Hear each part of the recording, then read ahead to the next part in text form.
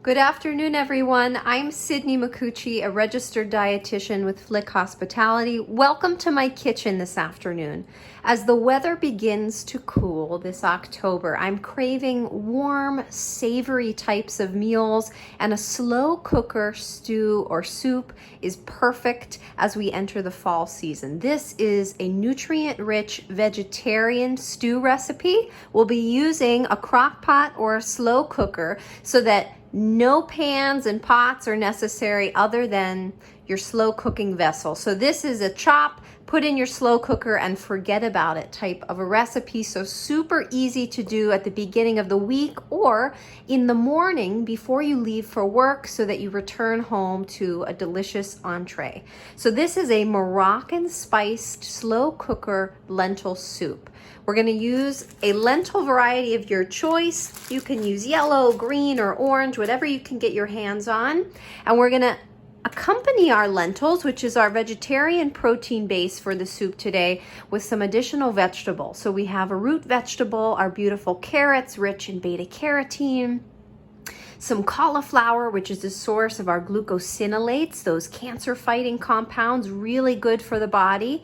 Of course, some flavor additives, garlic and onion. We're gonna warm up the sauce with some warm spices and tomatoes. You'll need a little tomato paste as well as diced tomatoes. See if you can find a variety that's low in sodium.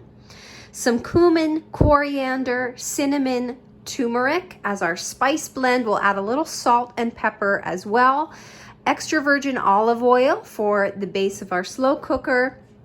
And then a broth of choice. If you'd like to make this purely vegetarian or vegan, go ahead and opt for a vegetable-based broth. I'm going to use a homemade chicken bone broth. So when I roast a whole chicken, I use the bones and the carcass to make my own broth. It's really simple, cost-effective, and sustainable. So I have broth, homemade, that I plan to use. You can also purchase your own.